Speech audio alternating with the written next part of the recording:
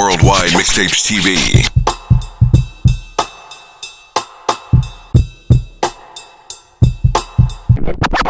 Probably the hardest artist we done had out of South Carolina in a long time, maybe arguably ever. But in my opinion, I've been doing this a long time. I'm a music curator. I'm a hip hop historian. The two hardest artists from South Carolina ever in history. What's happening? It's your boy Larry, man. 48 Tracks Entertainment is the label and the brand. Worldwide Mixtapes TV is the YouTube channel. Make sure y'all like, comment, and subscribe. This episode is sponsored by Bronner's Elite Barbershop. Y'all make sure y'all come through, get your cuts right here off Camp Creek. Got like some text messages and some inboxes on Facebook about this situation with Lil Rue, Lil Bo. Y'all mentioning my name on two separate occasions. Actually, Lil Bo, you mentioned my name twice yourself. One time on Chill Go Hard, them podcast, the Hard Slam Review. Did it another time on another podcast a couple weeks ago. And Lil Rue, you went live and you said my name and y'all speaking on the same situation. But I'm gonna come to clear my name.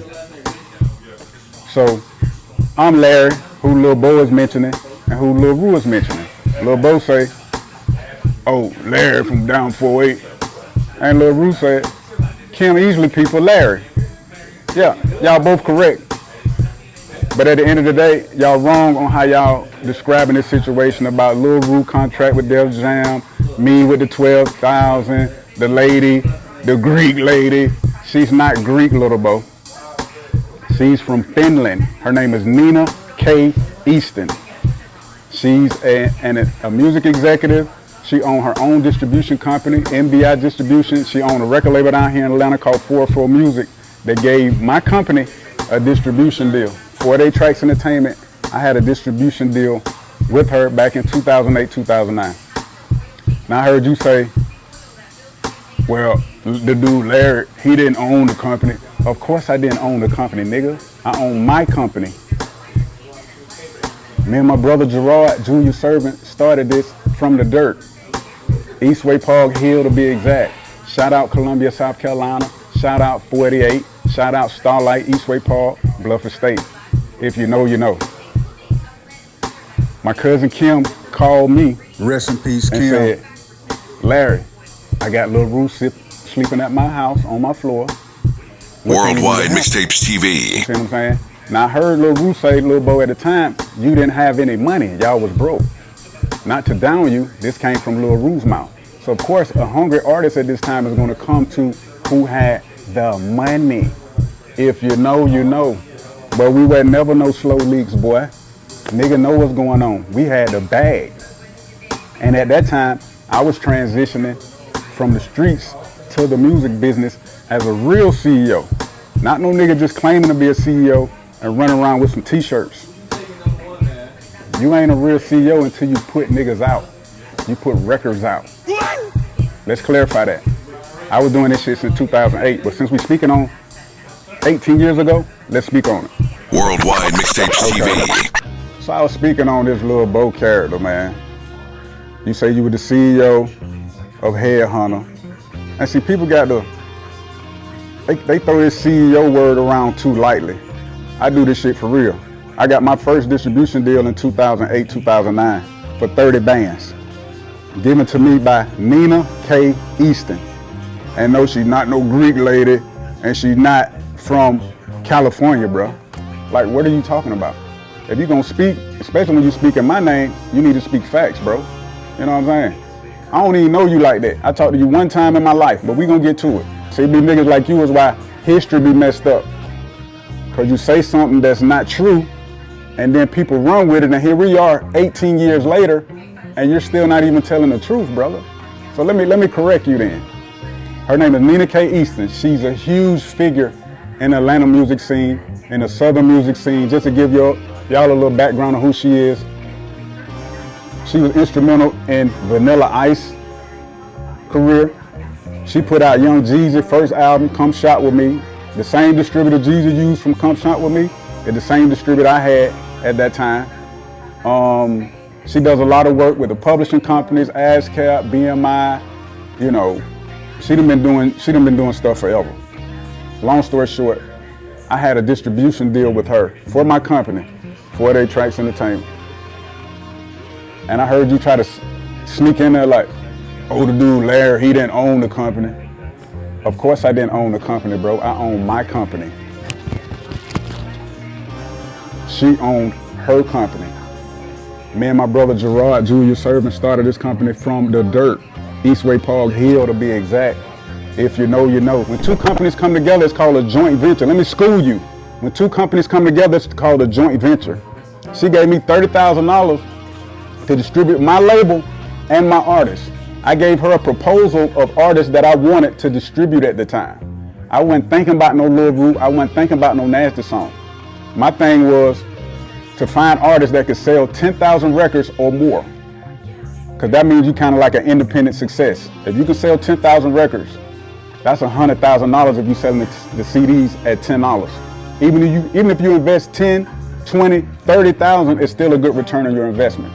Long story short, my artists I was gonna put out, or that I did put out, the proposal I gave her, the Dirty Boys, Pimpin' the Gangster, y'all remember them, Hit the Flow. Y'all know who C Murder is from No Limit, Free C Murder. Actually, his last physical CD is a CD distributed by me. Yeah, that's a whole nother story. Free my dog. Pastor Troy and my dogs Criminal Man and Squeaky out of Memphis. Shout out Project Player, shout out Criminal Man, shout out Squeaky. Shout out Pimpin' Gangster. So when she gave me the money, you was not part of that equation, Lil Roo. But when my cousin Kim called me and say she was fucked up and they needed the money, they knew who to call because I had the money. So when she brought them to me, I say, bro, this is what I'm gonna do. Although you ain't part of my equation, I'm gonna work you in because I like the song. I fuck with the record. The Nasty Song is a hit record. You do have bragging rights for that. I'm gonna give you that. You got a hit record, and I heard you say a lot of you niggas ain't got one hit, and you're exactly right. So when Kim brought you to me, I said, bro, if you can sign this contract, I give you 12 grand. I'm gonna do you 2 albums, 6 grand a piece. So Lil Bo, you was wrong. It wasn't just no one album for 12 grand. It was 2 albums, 6 grand a piece, which totaled 12 grand. I'm in Atlanta though. Lil Roo, you in Columbia, my cousin Kim in Columbia, my brother in Columbia, South Carolina. I'm not finna ride 3 hours just for you to sign a contract. So what I did was call my brother, Julius Serving, Gerard. I said, bro, I got a situation with Lil Roo. I need to fax you this contract. And I'm gonna get on the phone with him and Kim. Y'all can meet at a neutral place, get him to sign a contract, fax it back to me. He was like, I bet, I'm waiting on you. Cool. I faxed my brother the contract, called Lil Roo, them, Kim, them. They meet up, everything cool. Now, Lil Roo, you signed the contract, but you tried to do some bullshit. I'm gonna call you out on that. You did the scribble scrabble sign. Don't nobody sign nothing like that, bro. I need to know your name is Sylvester Samuel, but you didn't sign it like that. You signed it like that. He did some chicken scratch scribble shit on it, right? Follow me now, Lil Roo, because I caught what you said when you said 2 niggas tried to play me, but I never tried to play you, homie. Listen to what I'm saying. When you put that chicken scratch shit on there, I realized you did that because you had already signed a contract with Charlamagne the God. You didn't tell me this though. You trying to chicken scratch the contract so I can give you the 12 grand, and when everything came back to fruition or whatever, you could say, oh, shit, that ain't my signature. When I got the contract back from my brother, I looked at it, I say, man, this shit ain't gonna work. But I sent it to my distributor anyway. I knew they was gonna say no.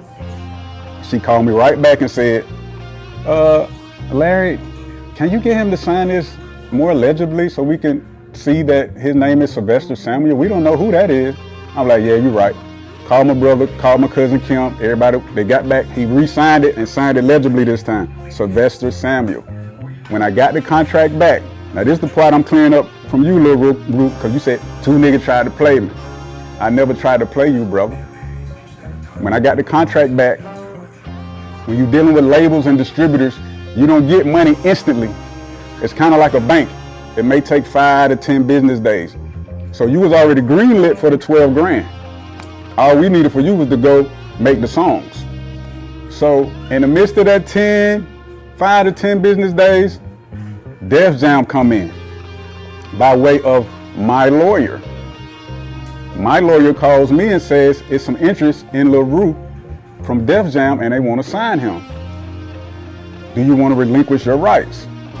I'm thinking about it. I'm like, I don't want the little nigga saying, oh man, it's because of Larry, why I ain't get to deal with Def Jam. I ain't want to stop your motion, because like I was saying, I wasn't thinking about you anyway. I already had my shit set up over here with the artists I was fucking with. Now, I told my lawyer and I told Nina K. Easton, the CEO of this company, let the little nigga go. Cause I know him from the streets. We've been knowing each other a long time. Let him go. I told Kim I'ma just let the nigga go. Now, I'm thinking it was just gonna be smooth and they were just gonna let him go. But when you dealing with these companies, bro, they not just about to relinquish no rights when they know it's meat on the bone. These are executives. This is like real estate. So Nina, the sweet lady, Nina, the CEO of this company, she said, oh Larry, don't be a pussy.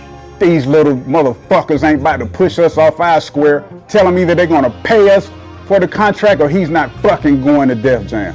I say, damn, Nina, it ain't that serious though. That's my little nigga, I ain't really tripping. I already told you who I'm focused on. I ain't thinking about him, let him go on and go. She was like, no. I just got a word from Kia, who was our lawyer, that they just paid Charlamagne the God $80,000, so they got to pay us $80,000. So of course my eyes lit up like, well shit, I got to go with the play at this point. My hands is tied. I'm my company, but I have distributors, so I just can't make a decision on my own. And when they get to that level anyway, you dealing with corporate, so nobody's just gonna release you, bro. Just know that. So this is why Charlamagne called you a contract whore in his book, bro. Because you signed my contract. Actually, you signed his contract first, then you came to sign my contract, then you end up signing Def Jam contract, and they had to clean up your other two contracts that you might not even told them about, but they figured it out. We got $80,000. Charlamagne got $80,000. You felt like somebody played you. The whole time you never knew I was fighting for them to let you go. They just not them type of people just to be letting people go though, bro. This is business. Now, Lil Bo, you steady talking. Bro, you had no leverage. I heard you say, yeah, the Greek lady. I should have listened to her. What you should have listened to her for or about? I'm curious, because you had no paperwork on the man. The man say you were broke. I ain't downing you, but he say really all you ever did with him was split a cheeseburger with him, bro. Like what? I mean, come on now. If you would have had paperwork, you had leverage. If you don't have no paperwork, man, don't nobody give a fuck about how much money you say you spent on a nigga. You think they ain't no receipts on that. They not gonna stand up for you on that, bro, if it ain't no paperwork. Hold on, run that already shit had my stuff set up. Lil Roo, I was not thinking about you, bro. I heard you say, two niggas tried to play me. I never tried to play you. When Kim called me and said y'all was fucked up and you needed a situation, I said, this what I'm gonna do, bro. I'm gonna give you $12,000 for 2 albums. It was actually 2 albums, so you was wrong, Lil Bo. It was $6,000 a piece for 2 albums. 12 grand total, but I was gonna give you the whole 12 grand because I knew you needed the money. I already had done talked to Kim. I wasn't tripping about that. As long as you gave me the songs, you was gonna get the money. But what you don't understand is when you sign a contract, the money doesn't come instantly when you're dealing with these record labels and these distributors. It's kind of like dealing with a bank. It's like 5 to 10 business days. Worldwide Mixtapes TV. 5 to 10 business days is when the money is dispersed. Within that 5 to 10 business day window, Def Jam came knocking and said they wanted to buy. Well, actually, they didn't just want to buy, they wanted to sign you to a deal. They wanted to sign you to a 1-album deal. So my lawyer was actually friends with Charlamagne's lawyer and was actually friends with Def Jam lawyers. He called me, he was like, Larry, you might want to hold off before you get this dude this 12 grand because Def Jam is showing a lot of interest and they say they want to sign him and buy out our contract. Like, I'm getting word back from Charlamagne's lawyer that they willing to buy his contract out for $80,000. Now at this time, I didn't even know you were signed to Charlamagne, Lil Roo, to be honest with you. I never knew that, bro. I found that out later. You end up signing my contract after you signed Charlamagne's contract, and this is why Charlamagne called you a contract whore in his book. He gonna look at it like that. And niggas saying what they want. Y'all doing all this talking on the internet. I be chilling, bro. The only reason I'm here doing this now is because niggas saying my name. You know. Little boy, I also heard you say the Greek lady. She had 8-ball MJG and she was a big fish in the game, and I should have listened to her. Listen to her about what? You didn't have any leverage. You had no contract on Lil Rue, bro. You spent all this money, allegedly, on him without a contract? Bro, that was kind of stupid on your part, I'ma just be honest. The only people that had leverage in this situation was me and Charlamagne. And to be honest with you, he kind of illegally signed both of them contracts because you can't just sign 2 contracts at one time. So that was your fault, Lil Rue. So in a sense, you was kind of like a contract whore because I got to keep it real. When I called my brother Gerard in Colombia at the time, because I was in Atlanta, I sent him the contract for you to sign. You tried to do some scrabble shit. My brother sent me back the contract. I sent it to the distributors. They was like, nah, Larry, that ain't gonna work. Can he sign the contract more legibly? I said, all right, bet. Call my brother. I said, bro, they say that ain't gonna work. I'm gonna tell Lil Rue to meet back up with you so he can sign it legibly. And we need to know that he's signing his name as Sylvester Samuels. That's his name. Bro was like, all right, bet. Long story short, we hooked it up. They signed it. Bro sent me back the contract. Everything was smooth. When I gave Nina the contract, she was releasing the funds, right? So, Lil Rue, I heard you say, I never got the money. You didn't get the money because Def Jam came immediately after. We just happened to get in the way of a situation that we had no idea was even, coming to us like that. We was willing to put the 2 albums out and keep you pumping. You see what I'm saying? So it was not like nobody tried to play you, bro. The whole time, Lil Bo, you had no leverage, my boy. I didn't know you from a can of paint. I talked to you one time. I'm gonna tell you why I even talked to you that one time. When things start, going all these different ways with contracts and different people popping up talking about they this and whoop, whoop, whoop. Nina called me, the Greek lady who you said, that's actually from Finland. She said, Larry, who is this guy Lil Bo? Because he's saying, he's whatever. I said, I heard of him, but I don't really know who he is. You know what I'm saying? To be honest with you, Lil Bo, the only time I heard about you was when some of niggas from my hood came back to the neighborhood making paper planes out of $100 bills, bro. And I'm gonna leave it at that. If you know, you know. Free bands. I'm gonna leave that at that. But she said, who is this Lil Bo dude? I said, well, I heard of him, whoop, whoop, whoop. She's like, can you get on the phone with him and see, does he have any leverage? When I talked to you, Lil Bo, and you was doing all this talking, and I realized you ain't had no paperwork on the man, I was like, bro, ain't no need me even talking to you no more because you ain't got no leverage. So when we got off the phone, I called Nina back. I said, he ain't got no leverage. You ain't got to worry about him. Only people that's going to get paid is Charlamagne and us. Let's just move forward. Now, Lil Rue, what you don't know is I actually fought to let you out of the contract. So you don't know that.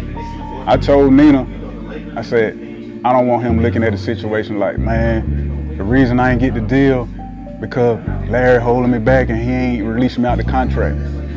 I didn't want that on my name like that. I knew Lil Rue since he was a young boy. I seen him grinding. I fucked with him. The Nasty Song is a hit record. You was right about that, Lil Rue. The Nasty Song is a hit record. And you said a lot of y'all don't have no hits. And you're right. There be a lot of niggas on the internet doing a lot of capping, a lot of talking on these little bullshit ass podcasts. And I ain't selling no records, bro. I don't have no monthly listeners on Spotify. That's a whole nother story, dog. It's one thing to cap, but it's another thing to really be doing numbers. Let's do a challenge. All y'all super rappers and niggas that doing so much in the industry, post your monthly statement from CD Baby, Empire, Worldwide Mixtapes TV, Core, or whoever you use. Post your monthly statement. Let's do a challenge. Post your statement and see how much money you're making. And nigga, if you can't pay your phone bill off the music you making, you bullshit. Go get a job. And I ain't hating on niggas with no job, but it be so much misconception with this music shit. It's more to life than just the music industry, bro. You gotta get money to feed your family. All this capping and talking, that shit ain't about nothing. Niggas mentioning my name. I'm a real one in this. I've been doing this for more than 18 years. I got my first deal 18 years ago with Nina K. Easton. She gave me 30 grand to release the artists that I was releasing at the time. Dirty Boys, Criminal Man, Pastor Troy, C Murder. Now the Pastor Troy one didn't happen because he had his own thing going on at the time. But I put out Criminal Man, C Murder, and the Dirty Boys. So I just want to clarify that with both of y'all, bro. You know what I'm saying? My name kind of got thrown around. Lil Roo, I never tried to play you. Lil Bo, you don't know me like that. I don't know you like that. But it ain't nothing you could have did with Nina, bro. She had to deal with me. We had a joint venture. This company right here in 404 Music had a joint venture. The dude Larry ain't own the company. No, because I own this company. A joint venture is when two companies come together. Let me school you. I wish I would have listened to her. Listened to her about what? You didn't have any leverage, bro. You couldn't do nothing if you wanted to. Lil Roo was not legally signed to you. Only me, only Charlamagne. We was the only ones that got paid. Now, if Charlamagne owe you something, that's on you between you and him. But he can say he don't owe you nothing because you ain't on no paperwork with him. I don't know what's going on with that. As far as Charlamagne go, I ain't got no problem with Charlamagne. But he used to host my car shows we used to do back in the day. Y'all know we had the hottest car shows in the city, the spot. Shout out my dog, Bodine, Jeff. You know what I'm saying? Man, Charlamagne used to bring the live remote to our car show. We used to pay Charlamagne good money to come out there with a live remote from the radio. Other than that, I don't really know Charlamagne. I just know he from South Carolina. Whatever happened with that, that's on y'all. I hear everybody talking about the music in South Carolina and Trap Dickie and all this and that. Trap Dickie is a hard artist. He's probably the hardest artist we done had out of South Carolina in a long time, maybe arguably ever. But in my opinion, I've been doing this a long time. I'm a music curator. I'm a hip hop historian. The two hardest artists from South Carolina ever in history.